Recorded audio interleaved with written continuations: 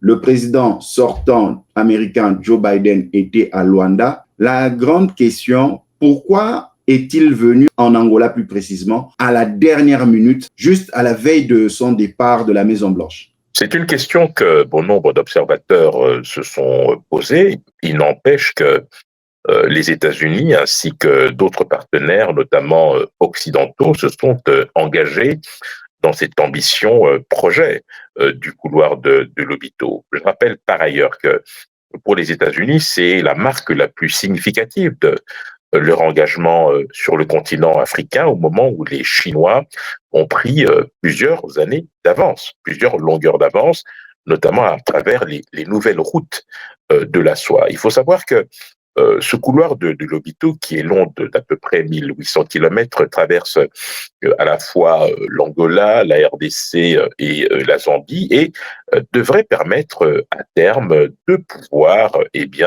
acheminer à bon port, c'est le cas de le dire, au port de Lobito, les minerais à la fois critiques et stratégiques qui sont utiles à la transition énergétique et qui permettent évidemment de pouvoir maintenir et garantir les chaînes d'approvisionnement par rapport aux gros pays consommateurs de matières premières.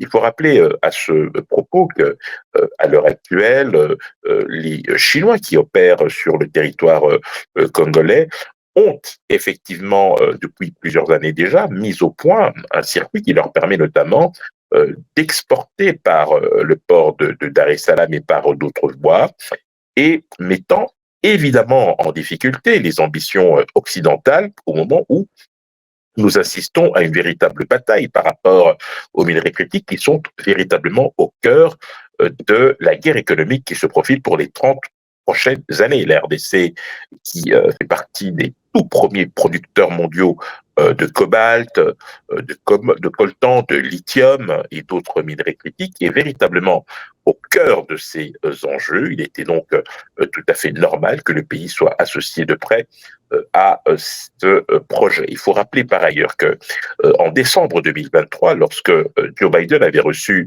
les chefs d'État africains à Washington, un accord tripartite avait été signé notamment entre les États-Unis, la RDC et la Zambie, et plus particulièrement par ces deux pays pour développer une chaîne de valeur dans l'industrie de la batterie avec, bien évidemment, les métaux critiques. C'était une manière pour les Américains de contrarier les ambitions chinoises en la matière, puisque vous le savez, compte tenu de la présence massive de la Chine, notamment dans l'ancienne grande province du Katanga, il était important de rééquilibrer d'une certaine manière le circuit d'approvisionnement en réduisant notamment le temps de transport entre la zone de production et la zone d'exportation.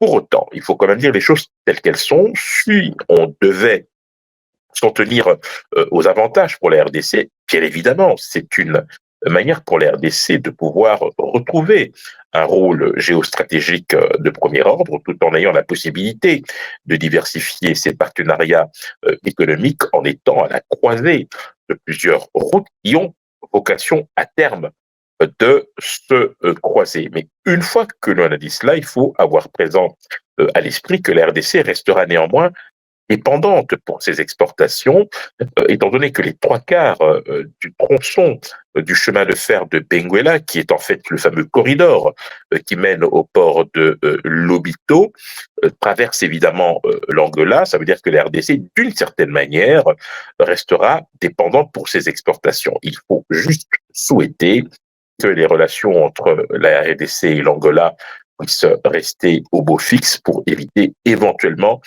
des mesures de rétorsion. Cela ne nous exonère pas de la responsabilité de pouvoir envisager d'autres couloirs alternatifs. Il y en existe un qui, malheureusement, est un peu long, mais pourrait garantir l'indépendance de la RDC, mais surtout le contrôle total sur les minerais qui sont extraits. C'est le couloir qui partirait, grosso modo, de Lubumbashi, Kolwezi, vers le port de Banana, mais cela demande évidemment des investissements extrêmement importants. La dernière chose que je voudrais souligner, c'est que nous ne devons pas perdre de vue que l'objectif à terme pour la RDC, c'est de pouvoir transformer ces minerais avant de les exporter. Or, avec ce nouveau projet, je crains que nous ayons quelque peu du mal à pouvoir mener à terme cet ambitieux projet, étant donné que nous devons nous assurer, évidemment,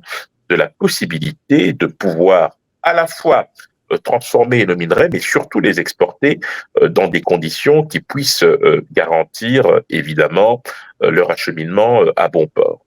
Il faut donc rester très attentif et surtout ne pas perdre de vue qu'au moment où ce projet fait la pluie et le beau temps, nous avons malheureusement à l'est de la RDC un pillage illégal des ressources qui se poursuit et il faut bien le dire parfois avec la complicité de certains pays qui sont partie prenante dans ce fameux corridor de Lobito. Nous allons suivre la signature de cet accord par rapport au projet de Lobito et nous revenons après. À 500 km au sud de Luanda, le président des États-Unis avait décidé d'y consacrer le deuxième et dernier jour de son voyage en Angola.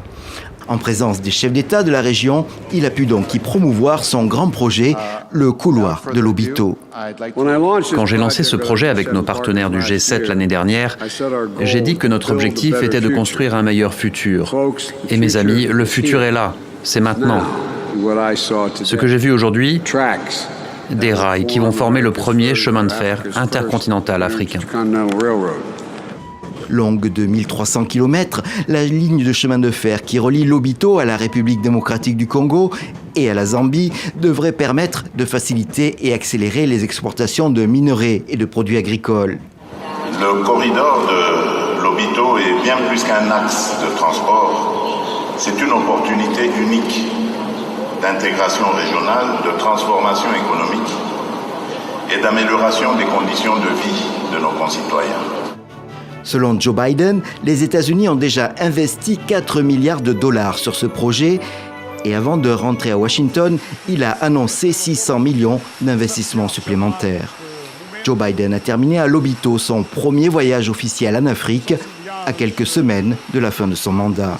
Henri Désiré Nzuzi, de la République démocratique du Congo, la Zambie, la Tanzanie et l'Angola, qui sont le vrai gagnant de cet accord?